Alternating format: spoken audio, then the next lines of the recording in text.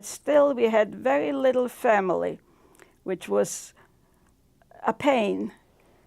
Only recently I spoke to my daughter, and she said, "No, we never went." I said, "No, because I could not leave the children with a babysitter. I did not trust strangers." We had that hang-up of trusting till today people because we were so hurt.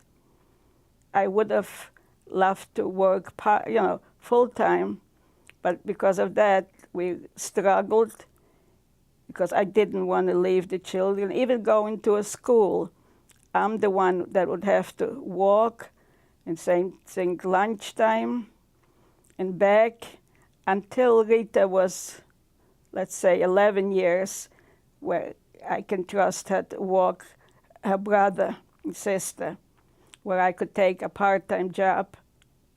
So that was very, important to us.